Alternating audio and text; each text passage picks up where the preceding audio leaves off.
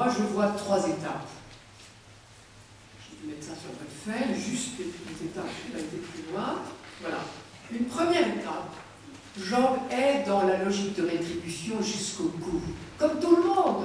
C'est normal, et le livre part de là. Il est dans la logique de rétribution, c'est-à-dire, puisque je suis juste, je dois être heureux. C'est facile. Ouais, mais je constate que je ne suis pas heureux. Mais il est toujours dans la logique de rétribution, donc il y a une tempête sur son crâne, il n'arrête pas de dire, enfin, quand même, je ne comprends pas. Je souffre et je suis juste. Je suis juste, mais je souffre. Ah, alors peut-être que c'est que je ne suis pas juste, que je me suis trompé. Ah non, c'est pas possible, je suis juste. Et il se bat avec ça, et il est tout le temps dans sa logique de rétribution. À ton temps, c'est tout à fait intéressant. Ce que nous avons entendu ce matin, la fin après le prologue, nous avons entendu des hurlements de douleur de Job, de périsse la nuit où j'allais être enfanté. C'est-à-dire, j'aurais mieux fait de ne pas naître, c'est clair. Enfin, maintenant je suis là, je m'en dégoûte. Et alors après, il va tout le temps soit dire, mais je suis juste, arrêtez, ou bien, mon Dieu, mais en quoi est-ce que j'ai péché? Oh là là, Seigneur, s'il te plaît, dis-moi, je suis paumé, moi. Alors ça occupe beaucoup une grande partie du livre, ça occupe jusqu'au chapitre 19. Donc des chapitres 3, qui est ce, moi j'appelle ça ce grand poème du chapitre 3, un cri de douleur pure. Ensuite, il va dire à la fois son désespoir, essayer de comprendre. Donc en quoi est-ce que j'ai péché? Peut-être que j'ai péché, mais il faudrait m'expliquer. Ou bien s'il te plaît, mon Dieu, écoute, arrête, fiche-moi la paix, tu peux peut-être supporter ma faute aussi. Il y a une phrase au chapitre 7. Ne peux-tu supporter ma révolte et laisser passer ma faute? C'est-à-dire, voilà, tu aurais peut-être pu être indulgent. Ta logique de rétribution, tu pourrais te la mettre dans la poche parfois. Et il n'en sort pas, c'est très étonnant. Alors par moment, il va carrément, déjà là, dire, je vous cite une phrase du chapitre 9, où il commence à dire, oh, attendez, moi j'en connais, des mécréants, des injustes, pour qui tout va très bien. Ou bien quand il y a un malheur, que ce soit le tsunami ou ce que vous voudrez,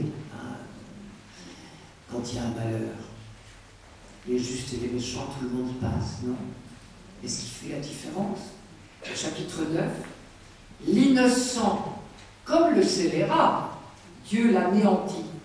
Quand un fléau jette soudain la mort, de la détresse des hommes intègres, il se gausse.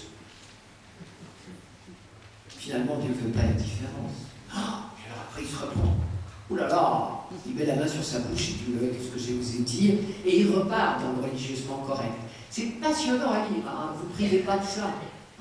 Vous aurez l'alternance donc des poèmes, des amis, et puis Job répond, etc. Mais Job suit sa ligne de pensée qui est une espèce de... C'est la trajectoire qui est en train de bouger grâce à ce livre. La raison humaine affrontée à cette incompatibilité totale.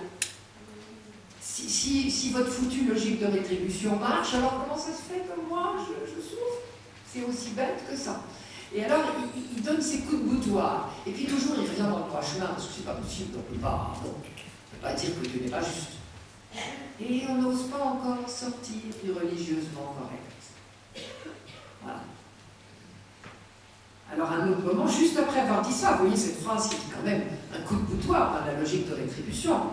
Finalement, Dieu s'en fiche, il traite les innocents et les erreurs de la même manière. Alors il revient et dit, oh, il faut croire que je suis coupable. Et alors ça continue, tu sais que je ne suis pas coupable. Ou bien, il y a un moment où il dit au chapitre 10, oh écoute, je ne sais plus moi, est-ce que je suis coupable? Est-ce que je suis juste? Je ne sais pas. Alors il va se bagarrer comme ça. Et puis, peu à peu, les coups de boutoir dans la logique de rétribution vont se multiplier. Alors, je vous cite des passages du chapitre 12. Depuis le chapitre 3, vous voyez, puis 7, puis 9, j'ai avancé, c'est-à-dire que j'ai osé, moi, Job, dire, écoutez, votre histoire, ça ne tient pas debout, ça ne tient pas la route. Mais, en même temps, quand même, il est très, très gêné. Alors, au chapitre 12, tout d'un coup, là, ça se corse.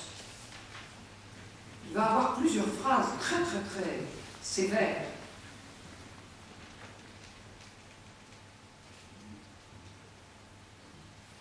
Alors, il commence là une phrase sur ses amis qui parlent si bien. Vraiment, alors là, c'est sarcastique. Il faut, sûrement le disque, là, c'était très bien dit. Je ne sais pas si vous avez eu l'occasion de le lire en entier, c'était magnifiquement dit, ça vaut la peine, hein, parce qu'on entend des tons de voix chez Job vraiment très très différents. Là, il est sarcastique, carrément. Hein. Vous allez voir ce qui décoche à ses amis. Vraiment, la voix du peuple, c'est vous. Et avec vous mourra la sagesse. Vous êtes parfait. Moi aussi, j'ai une raison, tout comme vous.